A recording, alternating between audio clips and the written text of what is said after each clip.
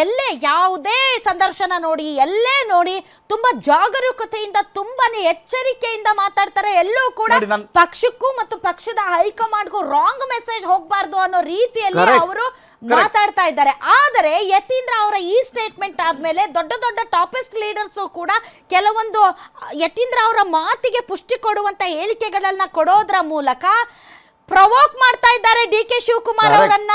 ಅವ್ರು ಹೇಗಾದ್ರೂ ಮಾಡಿ ಪ್ರೊವೊಕೇಶನ್ ಅಲ್ಲಿ ಒಂದು ತಪ್ಪು ಹೆಜ್ಜೆ ಇಟ್ಟು ಏನಾದ್ರೂ ಒಂದು ಸ್ಟೇಟ್ಮೆಂಟ್ ಕೊಟ್ಟು ಬಿಟ್ರೆ ಬಟ್ ಡಿ ಕೆ ಶಿವಕುಮಾರ್ ಅವ್ರು ಕೊಡ್ತಾ ಇಲ್ಲ. ನನ್ ಯಾಕೆ ಕೇಳ್ತೀರಿ, ನೀವು ಯತೀಂದ್ರ ಅವ್ರನ್ನ ಕೇಳಿ ಅಂತಿದ್ದಾರೆ. So provocation D K Shivakumar ಅವ್ರದ್ದು ಆ ಥರ ಆಟಿಟ್ಯೂಡ್ ಅಲ್ಲ. ಅವರು ಒಂಥರ ರೆಬಲ್, ಅವ್ರು ಒಂಥರ ತುಂಬಾ ಪವರ್ಫುಲ್ ಆಗಿ ಉತ್ತರ ಕೊಡೋರು. ಈ ವಿಚಾರದಲ್ಲಿ ಮಾತ್ರ ತುಂಬಾ ಅಳದು ತೂಗಿ ಅವ್ರಿಗೆ ಗೊತ್ತು ಒಂದು ತಪ್ಪು ಹೆಜ್ಜೆ ಅವರ ಮುಖ್ಯಮಂತ್ರಿ ಕುರ್ಚಿಯ ಕನಸನ್ನ ಭಗ್ನ ಮಾಡುತ್ತೆ ಅಂತ.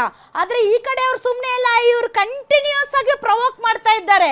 ಪ್ರವೋಕ್ ಮಾಡೋದಕ್ಕೆ ಹೊಸ ಕ್ಯಾಂಡಿಡೇಟ್ ಯಾರು? ಸ್ವತಃ ಸಿಎಂ ಸಿದ್ದರಾಮಯ್ಯ ಅವರ ಮಗ ಯತೀಂದ್ರ.